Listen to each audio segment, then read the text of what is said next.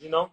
Yeah, so for me, man, I feel like, my grandmother was very spiritual, man, and very religious in her own right. Um, I always feel like things slow you down for a reason. Come on.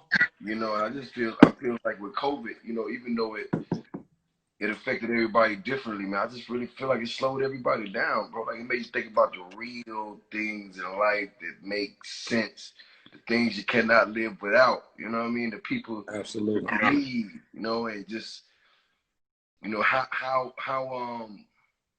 what's for a better word? How for granted we take every day. You know what I'm saying? All right, yeah. Yeah, And yeah. I So remind people of your journey, man.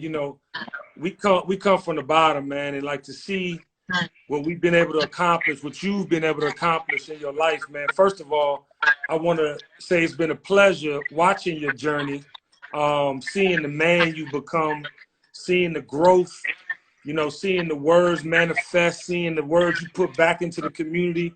A lot of people don't know you own city blocks in Atlanta.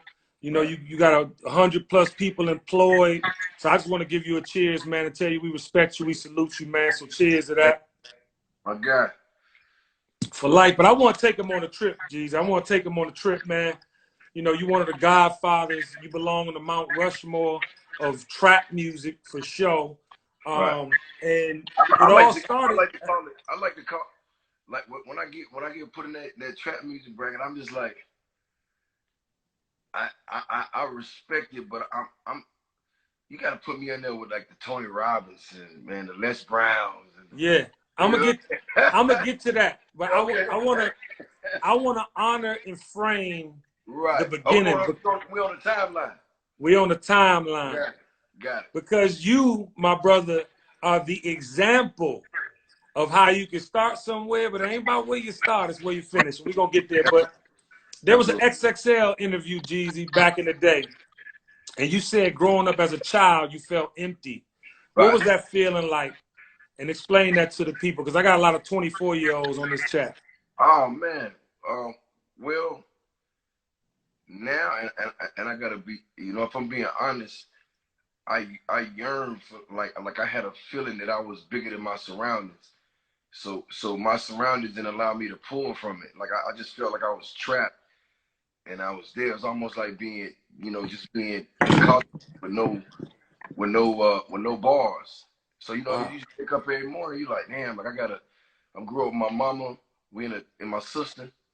Shout out to her, she checking in. She love you too. I Shout out love my her sister. too. Just growing up in a a 2-bedroom trailer, and it's the trailer probably costs $3,500. You know what I mean?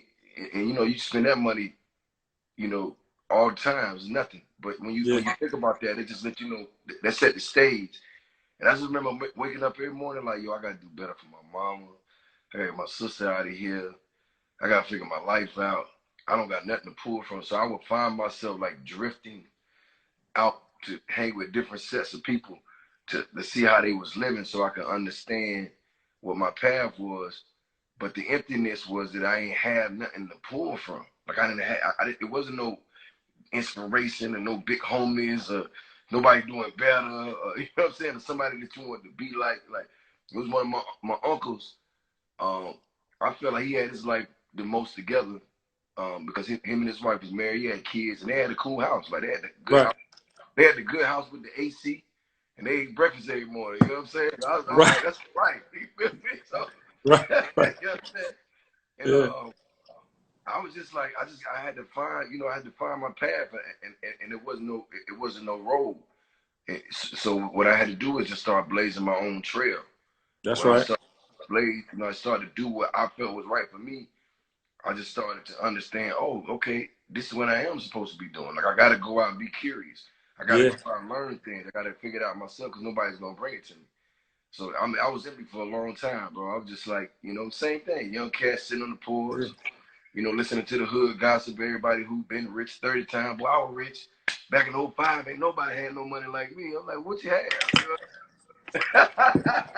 Hey, Snow, it's so, what I love when when we had these conversations, we done had a million of them. But Right, you always affectionately refer to the women in your life, the black women, your right, sister, your mother, your right. aunts. And I feel like, Yeah, for me too,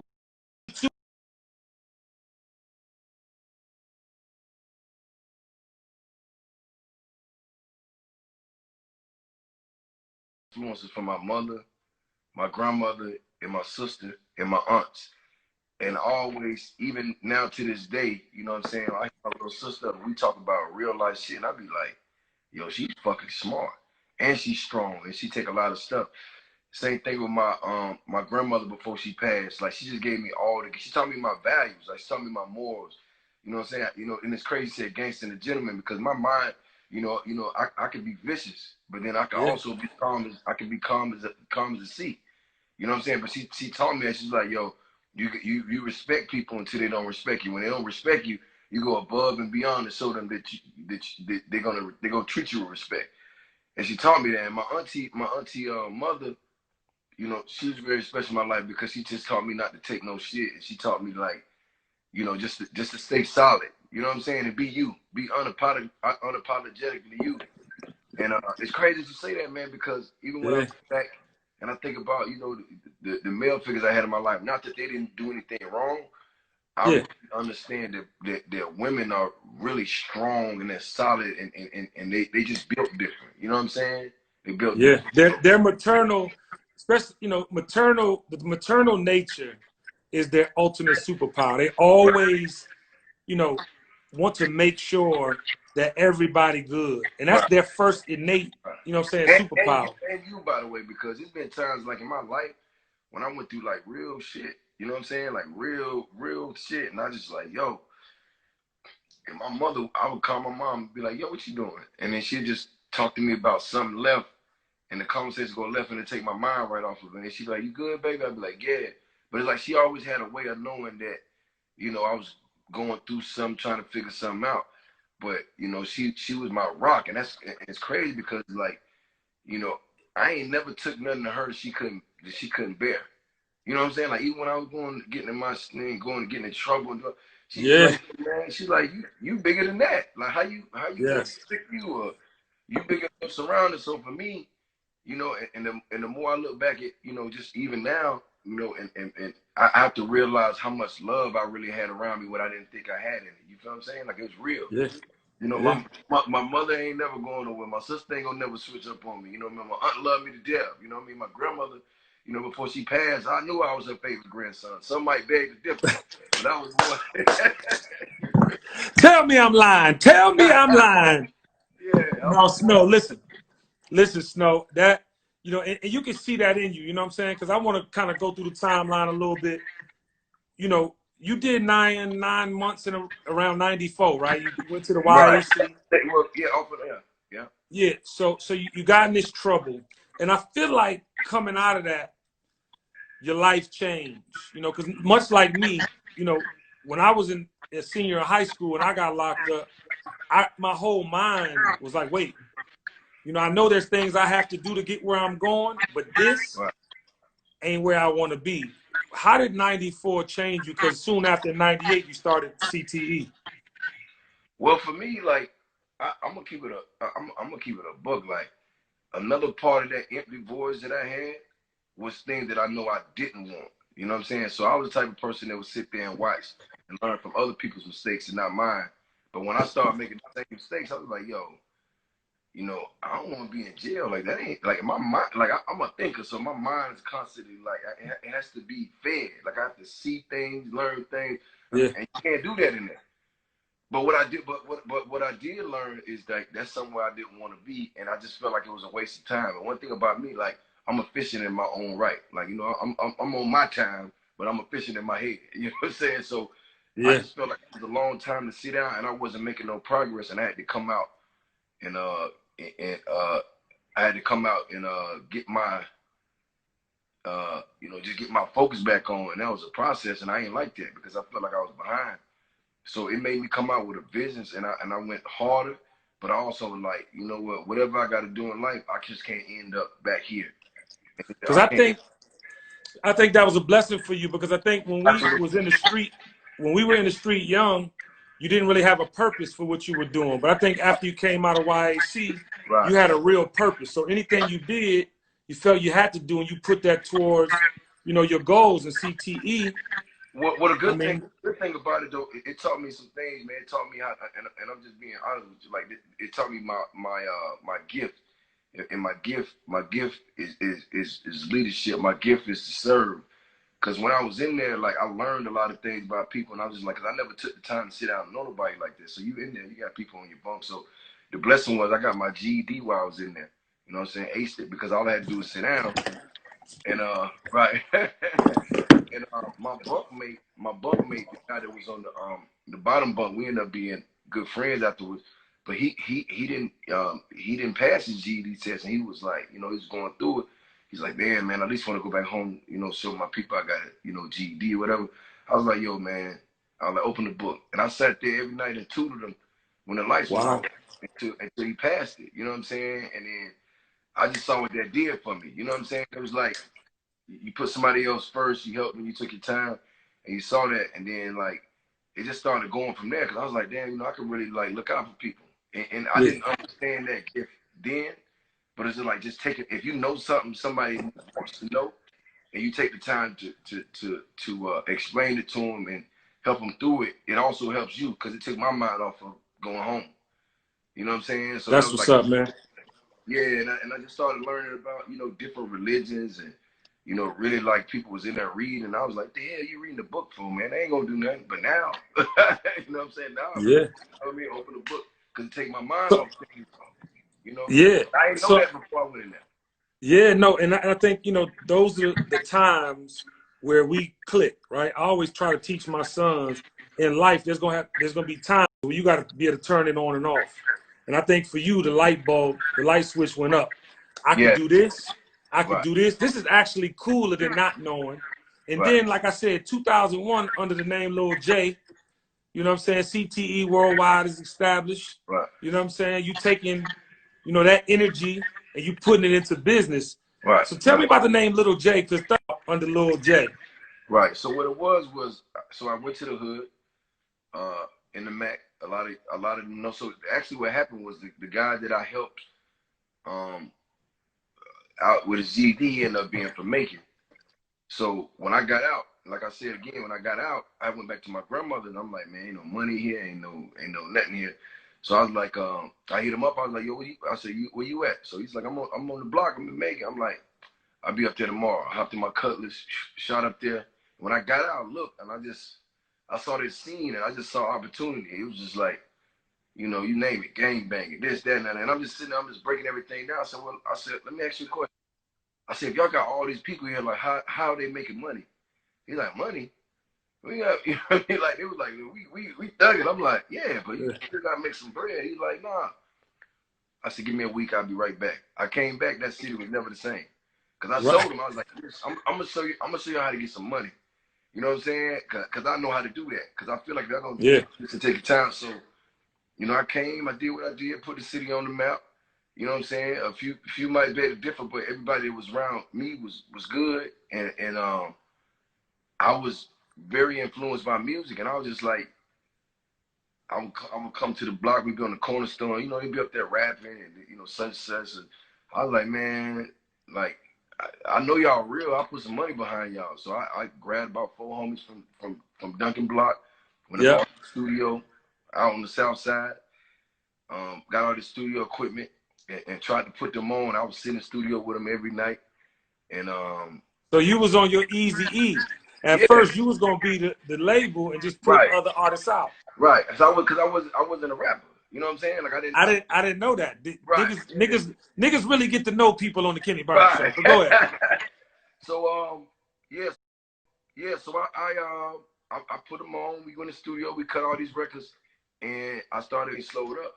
So, you know, I was down to my last coins, and they got it. They got in 2 of them got indicted. The other one got indicted on a murder, or like a assault. It might have been like a murder or something like that. Right. It just got deep, and I was in the studio, bread gone, you know what I'm saying? I had the studio, and they was locked up, and I was sitting there, and my partner looked at me, he go, man, you might as well do it. You the real one anyway. You out here. And I was like, you have a point.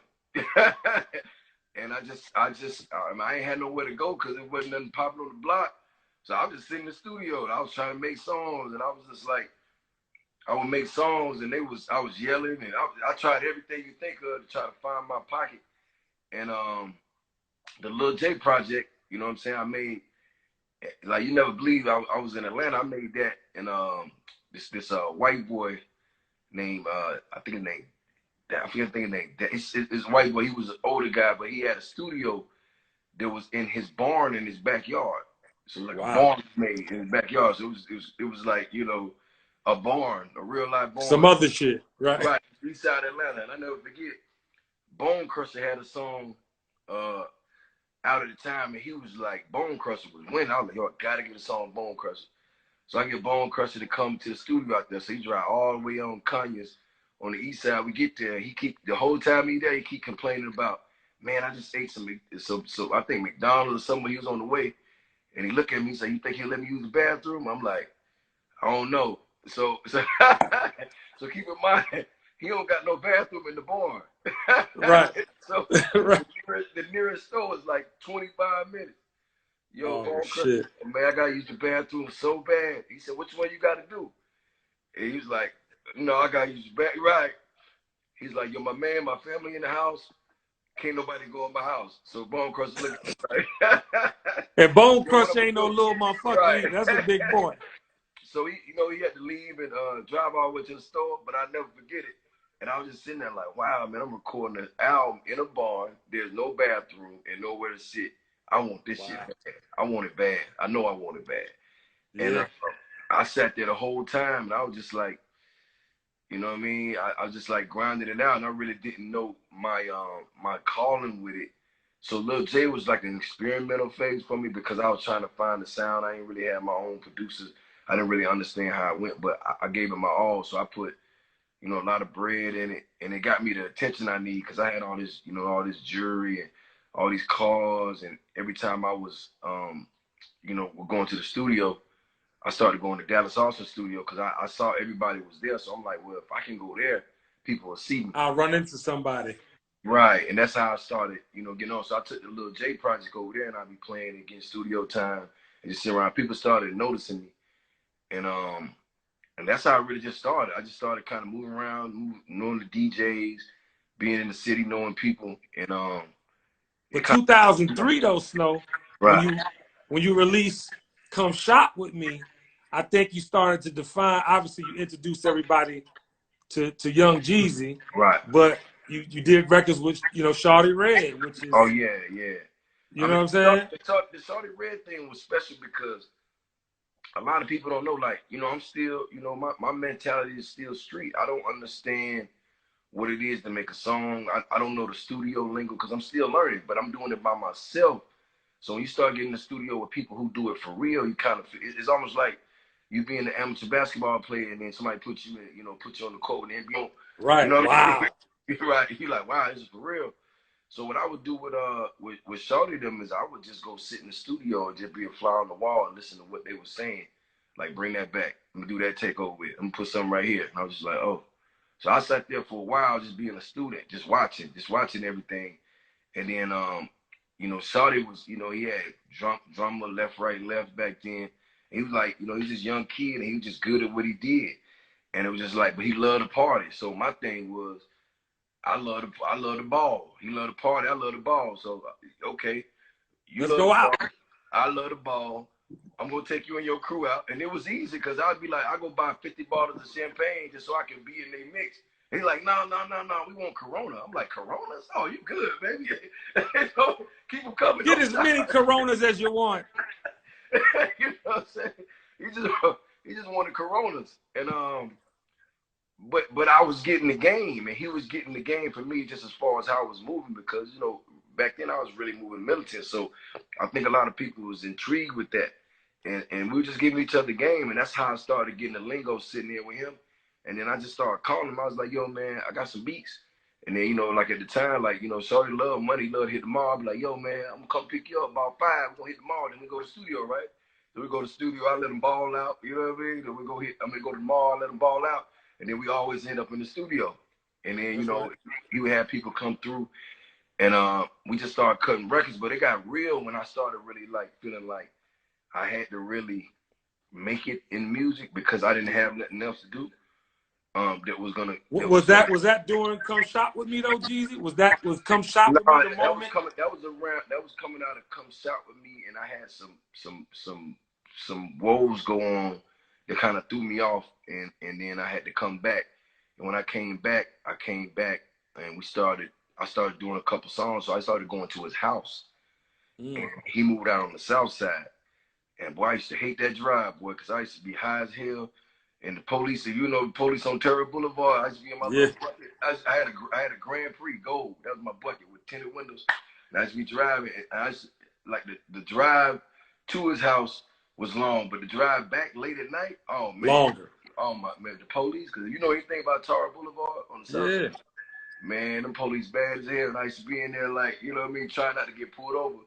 But it was worth the drive because I would listen to the songs that we did on the way back.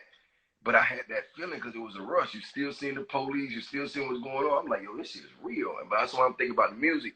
And I never forget, every time I get done with a song, I used to call one of my best friends, Westside Blue. And I'd be like, yo, Blue, meet me at Big Oomp. I'm about to go buy some mix CDs. So Blue would meet me over at Oomp. And we'd sit in the car and I'd play him a song I did. Like I played him Trap or Die first. He was like, oh, that's crazy. But you know, that's my man. So I'm thinking he just hyping me up. You know what I mean? Right. Love. But I had to take all my songs to him because Blue was certified. He knew what was really going on. So if he liked it, I figured they would like it. It was gonna fly. So I just started putting songs together, and then when I was going to Big Oomp store and buying mixtapes just to see what's going on, I was like, man, maybe I should just do a mixtape because the album was harder to put out. So I started working on Streets is Watching, and by that time I had met up with Jazzy Faye because he used to see me in the club balling all the time. Yeah. And he'd be like, yo, come to the studio. And so I go put all my chains on, clean all my watch, you know what I'm saying? Go get the best car, go over there, and just sit around them and just get game. And they started giving me beats. And by then, I probably had like 30 songs. And I never forget, I was in the studio with Jazzy, Trick Daddy, and when I was doing the Them Boys verse. And I was like, yo, I'm going to put out a mixtape. And they was like, man, you shouldn't put out no mixtape. Waste of time, waste of money. Where you going to sell it at? I said, I'm going to give it away for free. I just want people to ride with me. And, nah, man, that's crazy. You should never do that. That don't make sense. I was like, trust me. Best decision I ever made to change my life. Like, when I put that Streets Watching out, I went and pressed up 50,000 copies. And I started going to this club on the east side, prime time. Yeah. We used to crack on Sunday. So every Sunday I would send my crew up there. And then I would come up there right before and right before it closed and start putting CDs on people's cars and then catching CDs when they was coming out the door and giving them CDs. And that's how it just kind of started to bubble from there because that's the first call I got for a show. And he was like, they was going to give me $200 for a show. And I was just like, you know, at the time, I'm like, that ain't no fucking. Wait, so I wanna shout out. I'm like, I can't even put gas in the Ferrari for 200. Boy, we gotta figure this out. Nah, that wasn't no money to you then or now. Right. But I want to shout out Jazzy Faye because Jazzy in 2004 he also introduced you to Shakir Stewart. God bless the dead. And you know, I remember, man, like I remember the Streets is Watching. Shakir had told me to listen to that, right. And that's when I was like, oh shit. And then after the bidding war, because you had several people interested in your music, right. You know what I'm saying? Thug Motivation 101 comes out. And I just want to say this before you even crack the surface. But not only did that come out with all the records it had, I want to go through them slightly and ask you how you were feeling. But you also had the Boys in the Hood thing.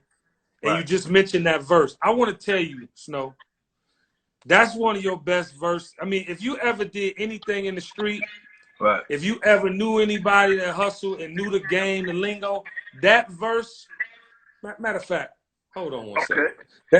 That for me, listen, man, for me, I ain't gonna hold you up. Like, I was like, this the realest nigga rapping. Like, wait, he's 100%. You know what I'm saying? So hold on. Yeah. That shit was legendary, man. I gotta play this because your verse, I don't think people really realize how surgical you were with your words. That's why I find it's hard to believe that you wasn't a rapper first. Like I'm finding that out today for the first time ever. Cause your wordplay, right. Hold on, here we go. That came from, yeah, there you go. Bad Boy South, Block Entertainment. Your wordplay, and I had already heard Streets is Watching, but when I heard this, right.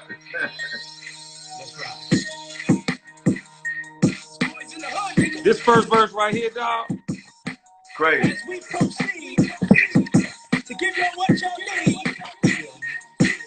It's the boy that will sell anything to cry. 5 in the morning on the corner clock. Yeah, we roll the real nigga try to stop. And you can get it anywhere, anybody. Them boys back, Everybody on the live. Everybody on the live. If you know the verse, I want to see it.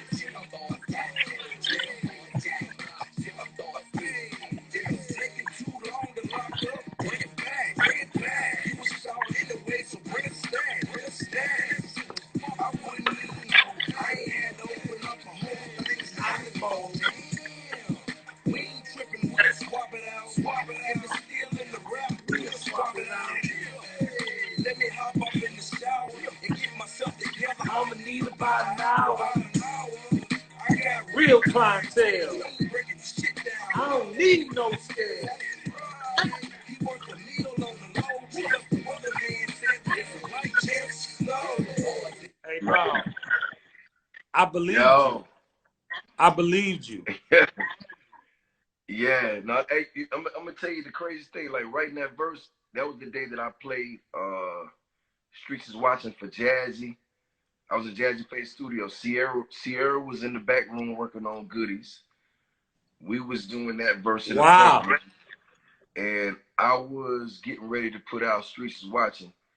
And this is when they told me I shouldn't put out a mixtape. And I remember being in the room. I had never really wrote a verse around anybody before, so it was like Trick Daddy and all these people in the studio, and I just was like, Jody, everybody went and wrote their verse real quick, and I was like, I'm gonna kill this record. And I just remember sitting there, just doing what I do, and I normally don't write unless I feel it, so I was writing the verse, and it was taking me a long time because I just wanted to get the cadences right and say the words right. And I remember I see people whispering behind me, man, y'all want him in the group? Man, he can't even rap, man. Like, oh man, look how long it take him to write a verse. I'm hearing all this. Wow. So I'm sitting there and I write the verse. So by that time, everybody out of the control room. So I went in the booth. You know what I'm saying? I break my bars up. So I break it up. So it took me some time to put it together because I record like a singer, melodies, tones. Yeah. I'm saying, underlays. Yeah. So it took a minute. And I remember I used to come in the hallway and listen to my verse so I can actually feel like I'm in the car. And everybody left out of the studio, and I remember they was all in the hall and everywhere. So I just walked down the hall, listen to the verse, and I'm bobbing. And by the time I look around, when it's about your boy, plus the weatherman said, light chance, everybody standing in the studio with their mouth open like, oh, how did that feel, Snow? Right. How did that feel, dog? I mean, I just, I just felt like I was the underdog, and I just had to show them who I was, because this was my life. Like I'm coming straight from the block into the booth, like, so this was real for me. You know what I'm saying? So I just had to show it. And at the time, Trick Daddy was like, anybody know me, like, Tupac, Trick Daddy, be legit. Those my guy. Like, I love them rapping. Like Trick was the hardest cat from Miami when I was coming up. So I was just like, so I really was trying to be like, yeah, I'm hard too. Impress him, yeah. Right. But let me get it. I want to say this.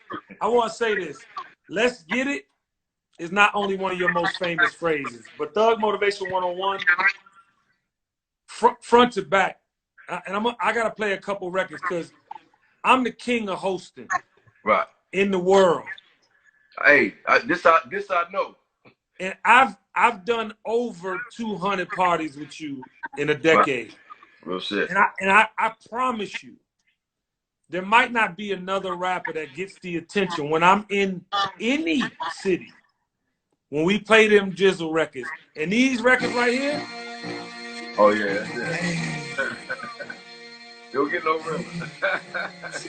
I'm talking about City to city, Snow. I'm a T-R-A-P-S-K-R. City on lock, big shoes on the car. She likes it. Woo! She likes it. Got the city on smash.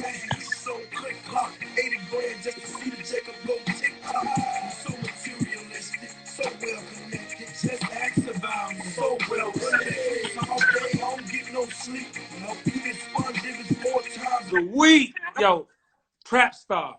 I just need a little bit. I'm gonna play a couple records. I just need your feeling on those records. Trap Star, come on. Well, Trap Star, I forgot when I was writing it. It felt so good, and I forgot a letter. And I remember sitting in the studio. I was like, I forgot a letter, but it sounds so good. I ain't gonna eat trip on it. They'll never know. And it wasn't like until like 8 years, somebody was like, "Yo, you know, you forgot a letter in Trap Star." I was like, "Yeah," but I didn't know that till right now. right, I did not know that till right now. Hey, all right, so Jeezy, check this one out. Check this one out right here. I'm on the realest niggas do this shit, man. I got the motherfucking streets, man. I came in the game and everything. I'm motherfucking nigga. This shit about respect. I live these records with you in these clubs. You hear me? Tell me I'm the realest nigga living, nigga. You know what I'm saying? I'm the realest nigga in it. You already know. Run trapper of the year 4 times in a row. What they give? A lifetime supply, baking soda, clientele. A rolling wine, 2 pot, and 3 scales. Get about 50 in the Hummer. The birds fly down, stop the Georgia for the summer. That's right. Yo, listen. How did that feel? Come on. I got a couple records. I remember sitting in Shorty Red's basement, and we didn't have no vocal booth. He just had the mic in the room.